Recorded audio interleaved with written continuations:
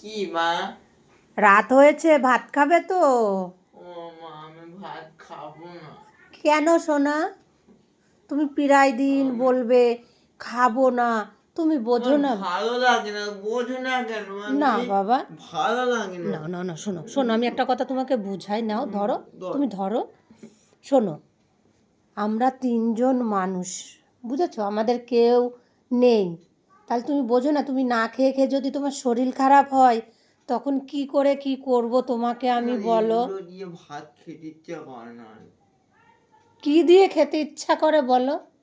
থাক, তুমি বললে আবার রেগে যাবা। আমাদের কি মাছ মাংস হয় না? হয় না সেটা বলেছি আমি? তাহলে তাহলে বলো। আমি শুধু বললাম যে এইগুলো দিয়ে আমার ভাত খেতে ইচ্ছে হয় না। তাহলে কি দিয়ে ইচ্ছা করে বল, তাই দিয়ে দিতে হবে। আমার যদি বলি যে এখন কালকে মাংস দিয়ে ভাত খেতে ইচ্ছে করছে, মুরগির মাংস দিয়ে, তুমি কি তাই করবা? হ্যাঁ, কালকে মুরগির মাংস নিয়ে আসবে 1 কেজি, দিয়ে আমার রান্না করে দিবা। ঠিক আছে, আমি এগুলো দিয়ে ভাত খেতে পারি না। ঠিক আছে। ঠিক আছে। কালকে হবে না বাবা। তারপর দিন? হ্যাঁ হবে।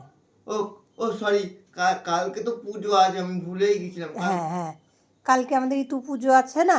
হ্যাঁ এখন খেয়ে নাও বাবা। হ্যাঁ, নমস্কার। হ্যাঁ হ্যাঁ, খাও খাও খাও। নমস্কার। হুম, আজকে নিরামিষ খাচ্ছি কেন বলো তো? কেন?